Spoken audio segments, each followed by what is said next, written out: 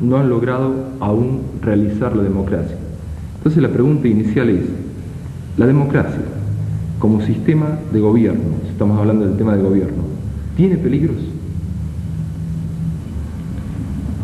A mí me parece muy interesante el marco conceptual que usted, Jimeno Balaguer, le ha dado a esta conversación y en este programa realmente interesante. De tal manera que yo en primer término le agradezco esta invitación y esta posibilidad de conversar con un distinguido profesional como es el doctor Luis Cordeiro Pinto, con el cual somos colegas en la Cátedra de Derecho Público Provincial y Municipal de nuestra universidad para debatir estos temas. Pero más allá del criterio que acaba de exponer, a mí me parece que es menester que nosotros le demos a este tema algún otro marco más estrictamente conceptual.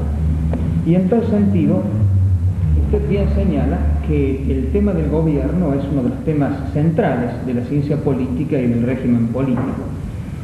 La verdad es que la palabra gobierno significa muchas cosas. Si uno toma cualquier diccionario, aunque no sea estrictamente jurídico, se va a encontrar con que hay una serie de acepciones sobre el tema.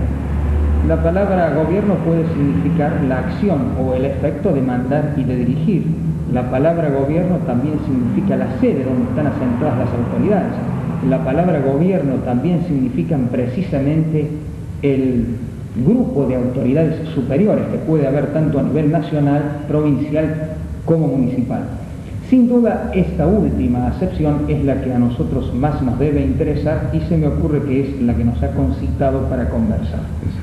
Pero este tema del gobierno evidentemente nos lleva también a hacer algunas clasificaciones, aunque sean muy rápidas, y nos hace directamente ir a los griegos, que ya desde hace muchos siglos precisamente establecieron una clasificación que prácticamente ha sido aceptada después por la ciencia política sobre las formas de gobierno que hay en un Estado.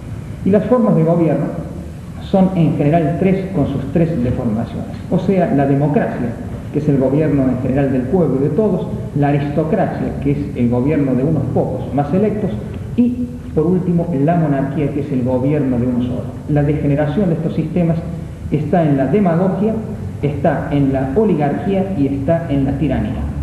Pero además de esta clasificación de alguna manera aceptada, tendríamos que decir que en general las formas de gobierno podrían ser clasificadas como los regímenes políticos en democráticas y autocráticas o totalitarias.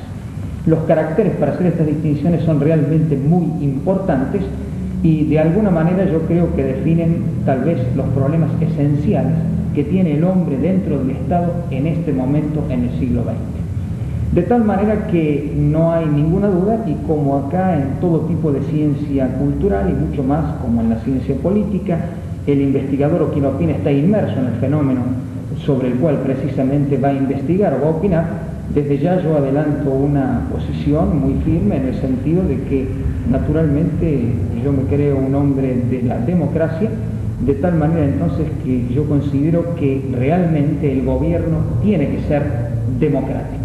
Tiene a su vez el gobierno otras distintas formas, ya lo vamos a ver, pero en general como definición central el gobierno debe ser democrático.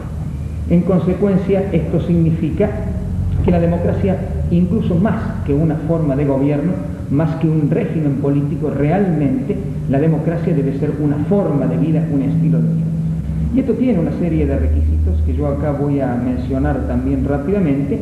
Los enunció quien fuera un gran profesor de nuestra universidad, el doctor César Enrique Romero. Dijo que la democracia tenía o requería de 5 condiciones, que son primero la vigencia de la libertad, segundo la vigencia del principio de la igualdad, tercero la vigencia del diálogo, que es el arte de los hombres libres, como decía Platón. En cuarto lugar, un vivir ético, porque en verdad la democracia también se asienta en valores. Y por último, la presencia de distintas fuerzas políticas y sociales, lo cual configura uno de los rasgos definitorios de la democracia contemporánea, o sea, el pluralismo. Y esto ya vamos a ver a medida que vayamos avanzando sobre los temas, y sobre todo sobre el tema de la representación, que es fundamental, y de la participación, que es fundamental para la democracia también. Ya vamos a ver que el pluralismo tiene mucho que ver con los grupos de presión, con los factores de poder que también se dan entonces en estas democracias pluralistas. Pero la primera definición que quiero asentar acá entonces es que nosotros postulamos un gobierno democrático, que es precisamente lo que hace nuestra Constitución Nacional en su artículo primero, aunque no lo dice, porque dice que la nación argentina adopta para su forma de gobierno el sistema representativo, republicano y federal. Debo decir que lo federal no es una forma de gobierno, sino que en verdad es una forma de Estado. Pero la primera definición entonces es que nosotros postulamos como correcto una forma de gobierno democrática. Creemos además en el sistema representativo y republicano como el superior y el más adecuado para la idiosincrasia argentina, conforme fue indicado en la Constitución Nacional y fue el lineamiento esencial de los padres fundadores de la nacionalidad. En otro orden de ideas le debo decir que la democracia es el sistema de gobierno más difícil de todos cuantos existen, porque demócrata en verdad no se nace, sino que se hace. Y se hace primero a través de la educación, que debe ser impartida de entrada nomás a partir de la escuela primaria y así continuar, y posteriormente a través de la participación. Y acá es donde hay que vigorizar todas las formas de participación posibles. Yo creo que a lo largo del programa podemos ir precisamente adelantando estos conceptos, y de esta manera entonces nosotros tendremos una democracia con demócratas, una república con republicanos, una ciudad con ciudadanos, que es el objetivo central para que este régimen de vida realmente pueda tener su vigencia. Le debo decir finalmente en esta intervención, que en esta parte de la intervención, que la democracia en verdad es el único clima moral, como bien se ha dicho, en que el hombre puede realizar el sagrado derecho de ser hombre, y que la democracia, por eso mismo, tiene la faz, como dijo Virdo, la faz atormentada de los hombres vivientes, porque al fin y al cabo todo se va a definir en el corazón del hombre muchas veces más que en la mente de los hombres, de tal manera entonces que la democracia es un sistema de vida, debe ser la esencia, la fuerza central de un gobierno auténticamente democrático, y este es el concepto inicial en el cual yo pienso que nosotros podemos comenzar entonces nuestras conversaciones. Una abrumadora riqueza de conceptos, y yo rescato, para no olvidar al final, el tema del tercero, del diálogo dentro de la democracia. Para que exista democracia, al final quiero hacer una propuesta de tema. Pero recién hablábamos de los peligros de la democracia, y entonces yo daría aquí participación al doctor Cordeiro, porque hablaba el doctor Hernández, dice, demócrata no se nace sino que se hace. La pregunta, porque creo que es uno de los peligros de la democracia, sería cómo hacer que los dirigentes sean democráticos. Porque una de las cosas que recién enfrentamos, decimos, uno de los medios, la educación. Yo, después de la frase de Jacques Maritain, había elegido como segunda frase, que no la dije, la siguiente: la educación, a menudo tenida como remedio para todos los males, no parece constituir remedio para la incompetencia. Esta frase, más, demócrata se hace, el tema ¿es suficiente garantía de educación de un dirigente para que sea demócrata? ¿Cómo hacer que nuestros dirigentes sean democráticos? La pregunta va referida en general, pero después podemos particularizar en algún ámbito. Yo daría entrada ahora al doctor Luis Cordero Pinto. Sí, recién se hablaba de los peligros de la democracia. Sí. Evidentemente que si hay democracias que tienen graves peligros, porque lo demuestra la historia reciente, son las incipientes democracias latinoamericanas, distintas de las democracias europeas, asentadas sobre largos años de tradiciones. De ahí es que no podemos comparar las democracias latinoamericanas con las democracias europeas. En primer lugar, porque está presente el subdesarrollo político y cultural de los pueblos latinoamericanos, y además está influenciando decididamente los gobiernos democráticos la distinta acumulación de la riqueza. Para decirlo más concretamente, es decir, el gran desnivel operado en los distintos grupos que conforman las clases sociales. Hay una marcada diferencia, hay una marcada injusticia social. Yo creo que particularmente en nuestro país debemos dejar definitivamente de comparar y hacer a un lado los procesos militares que hemos vivido recientemente y dedicarnos a construir y a fortalecer nuestra democracia.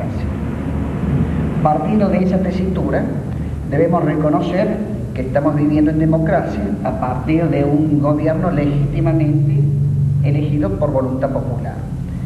Pero debemos advertir también, y que es una forma de apuntalar la democracia, de darle perdurabilidad, que es lo que estamos empeñados la mayoría de los demócratas, y para eso no creo que exista mejor remedio que ir apuntalando todos los efectos de esta democracia, para que no nos quedemos en una democracia formal, para que transformemos esta democracia formal en una democracia social, para que la participación no quede en la simple designación de los ciudadanos que van a ejercer el gobierno, como bien decía el doctor Hernández, sino que esta participación a través del diálogo sea real.